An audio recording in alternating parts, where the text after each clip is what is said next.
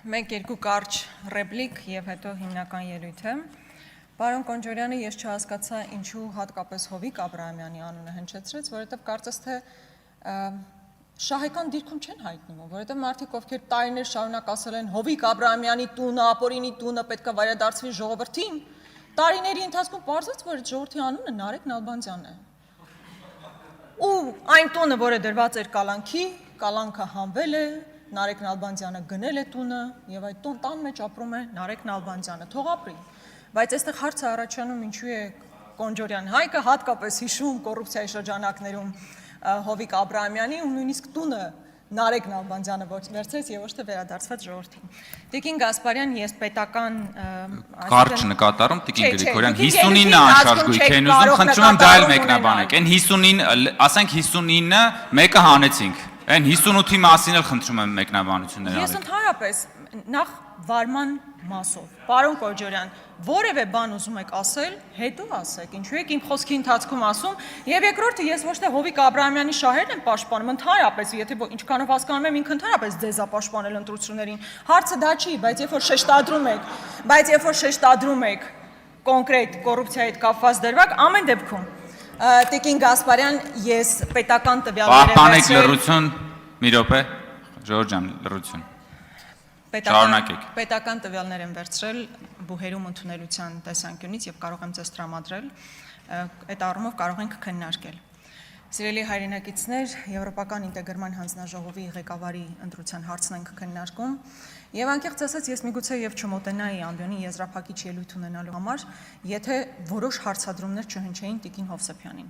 Այն հարցադրումները, որոնք վերաբերում էին բուն եվրոպական ինտեգրացիային, Եվրոպական միության անդամակցությանը եւ ընդհանրապես աշխարհաքաղաքական տեսանկյունից հնչեցող հարցերը բավականին նորմալ էին։ Բայց եղան հարցեր, որոնց մոտիվը ինձ միջև վերջ հասկանալի չէ։ Որովհետև կրկնում եմ, հարց չի ուղղվում Եվրոպական ինտեգրման հանձնաժողովի ղեկավարի գործառույթների, իր պատկերացումների մասին։ Արցախցի կնոջը նայելով ասում են. դուք ճանաչում եք Արցախը Ադրբեջանի կազմում։ Մարդիկ, ովքեր Արցախը ճանաչել են Ադրբեջանի կազմում, հանձնել են, պատճառ են դարձել էթնիկ զտման, կանգնած ուղիղ արցախցի կնոջը նայելով ասում են, դե ճանաչեք Արցախը Ադրբեջանի կազմում։ Դե ասա Ղարաբաղ, Արցախ չասես հանկարծ ու հանկարծ։ Սա հակամարտկային է, անմարտկային է, սա քաղաքական հարթության մեջ չի, որ մենք հիմա քաղաքական պատասխաններ հնչեցնենք։ Այս առումով ես հատկապես սրա համար էի ուզում մոտենալ կամ այդ մյուս հարցադրումը։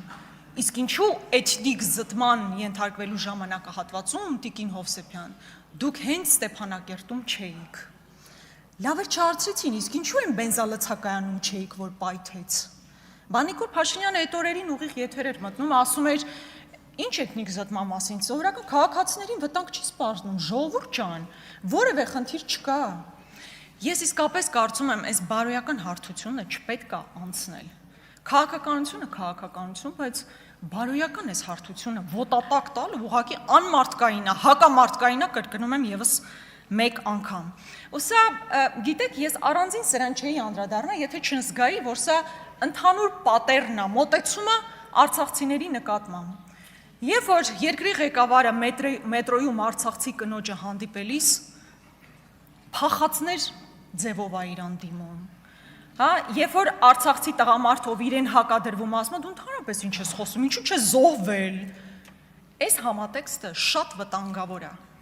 Անհնար է բերել դիսկուրս ձեր կողմից Հայաստանի եւ Ադրբեջանի ժողովուրդների բարեկամության եւ հարաբերությունների հաստատման մասին, միևնույն ժամանակ Հայաստանի ներսում նման ատելություն սերմանել։ Ու արդեն սա քաղաքական ատելություն չի։ Սրան պետքա վերջ տրվի, մեր ժողովուրդը չունի այդ ռեսուրսը միմյանց նկատմամբ ատելության ու իրար ուտելու, այսպես ասած։ Ինչ վերաբերում է ԵՄ անդամակցության, ԵՄ ինտեգրացիայի, ես անկեղծ ուզում եմ հասկանալ, երբ որ հարցերը հնչեցվում էին Տիկին Հովսեփյանին, արդյոք դուք կողմ եք, որպեսզի Հայաստանի Հանրապետությունը դառնա ԵՄ անդամ պետություն։ Ուզում եմ այդ հակադարձ հարցը ձեզ ուղղել, դուք կողմ եք, Ձեր առաջնորդը ԵԱՏՄ նիստում ասում է ԵՄ անդամակցությունը գոյություն չունի, նման օրակարգ, նման ալտերնատիվ ասեղանին գոյություն չունի։ Ավելին ասում է բազմաթիվ գործընթացներից հետո դեռ փաստ չի Հայաստանի Հանրապետությունը կդառնա ԵՄ անդամ, թե չի դառնա։ Տիկին Հովսեփյանից ինչ եք ուզում։ Եվ հարց է հնչում, ասում է DCFTA դուք այն ժամանակ կստորագրեի կամ հիմա կստորագրեք DCFTA-ը, որը ակնհայտ է, չէ, որ տնտեսական մաքսային հակադրության մեջ է դրվելու ԵԱՏՄ մեր անդամակցության հետ։ Տիկին Գասպարյանը գլխով է անում, շատ լավ գիտակցելով, որ հակադրության մեջ են այդ երկուսը, այսինքն դու չես կարող կնքել DCFTA եւ լինել ԵԱՏՄ անդամ, եւ այս հարցադրման գիտեք ինչն է խնդրահարույց, որ հենց ձեր օրոքա ամենամեծ կախվածությունը առաջացել ԵԱՏՄ շուկայից։ Այսինքն վարել քաղաքականություն, որի հետևանքով դու ամենաշատն ես կախված ԵԱՏՄ շուկայից, ու ասել, բա ինչու չեք ասում, որ մենք պատրաստ ենք կնքել DCFTA կամ դառնալ ԵՄ անդամ պետություն։ Այս համատեքստում ես ուզում եմ նաև հարցադրում անել, թե որտեղ են կամ ինչպես չեք կարողացել բերել եւ ռեալիզացնել Եվրոպական միության կողմից հնչեցված 2.5 միլիարդ եվրոն։ Ինչու չեք կարողացել, եթե այդքան լավ եվրոպական ինտեգրացիայի ճանապարհով շարժվում եք, ինչու չեք կարողացել այնպիսի ծրագրեր մշակել, որտեղ եվրոպական օժանդակությունը, այդ միլիարդները, որ խոստացվել էին, հուսով եմ օդում հո չէին հնչեցվել, եթե հո բան չի, ջեմ չի, որ սարքեն ցույց տան։ 2.5 միլիարդ հնչեցվել է, որ պետքա բերվեն։ Ինչու ծրագրեր չեք մշակել, որպեսզի կարողանանք Հայաստանի Հանրապետությունում ռեալիզացնել։ Տիկին Մինասյանը խոսեց այն մասին, որ մենք բազմավեկտոր քաղաքականություն ենք իրականացնում, տարբեր երկրների հետ պայմանագրեր ենք կնքում։ Այս համատեքստում հատկապես եվրոպականի մասին է խոսքը, իսկապես շատ դժվար է գտնել եվրոպական երկիր, որ մեծ ներդրումներ է իրականացրել Հայաստանի Հանրապետությունում։ Ուղղակի դեկլարատիվ նարատիվների մակարդակում խոսել, որ մենք Եվրոպական միության անդամ երկրների հետ խորացնում ենք մեր հարաբերությունները, իհարկե կարող է հայտնվել Մակրոնի թվիտը, կարող են լավ նախադասություններ հնչեցվել։ Իսկ որքան ներդրում է իրականացվել Եվրոպական միության կողմից, տարբեր երկրների կողմից Հայաստանի Հանրապետությունում։ Ինչ տնտեսական օգուտ ենք ստացել։ Ես ուզում եմ, որ դուք հստակ պատկերացնեք, որ այդ խոշոր ներդրումները չեն իրականացվում, բայց միևնույն ժամանակ մեր տնտեսվարողները տուժում են այդ քաղաքականության հետևանքով։ Այսինքն այսօր բազմաթիվ տնտեսվարողներ չեն կարողանում նորմալ արտահանում իրականացնել, ինչքան էլ հիմա գաք ասեք, ծաղիկների մի խումբ գնացել է Հոլանդիա, ծիրանի մի խումբ գնացել է եվրոպական երկիր, դրանք տեղային ոչ երկարաժամկետ լուծումներ են։ Եվ մեզ պետք է իսկապես այնպիսի քաղաքականություն չվարել, որ իրոք չդառնանք աշխարհաքաղաքական կենտրոնների բախման թատերաբեմ, որի ճանապարհով այս պահին գնում եք։ Հիբրիդային պատերազմի մասին են խոսում, հիբրիդային պատերազմ քո նկատմամբ կարող է իրականացնել երկիր, որ քո համար սպառնալիք է, թշնամի է։ Դուք ընդունում եք, որ Ռուսաստանը սպառնալիք հանդիսացող երկիր է, թշնամի երկիր է։ Կարող եք այդ արձանագրումն անել։ Իմիջիայլոց իմ գործընկեր Քրիստինե Վարդանյանը, երբ որ հնչեցրեց այդ հարցադրումը, ազգային ժողովի նախագահն իջավ այստեղ, ասեց, ես այդ հարցին չեմ պատասխանի, վերադարձնում եմ ձեզ այդ հարցը։ Ու ինքը խելամիտ վարվեց։ Ես պետք է ընդունեմ, որ խելամիտ վարվեց, որովհետև եթե ասեր այո սպառնալիք է, դա լուրջ հետևանքներ կարող էր ունենալ ամբողջ երկրի համար։ Իսկ կարող էր արդյոք ասել, որ սպառնալիք չէ, չէր կարող, որովհետև առավոտից գիշեր այդ նարատիվներն եք դուք սերմանում Հայաստանի Հանրապետությունում, որովհետև ձեզ այդ փոխկապակցված մարդիկ գնում են հմեկի տաղավարներ, նույն բաներն ասում են։ Դուք ասում եք Ռուսաստան բառը խուսափում եք, ասում եք այ կայսրությունը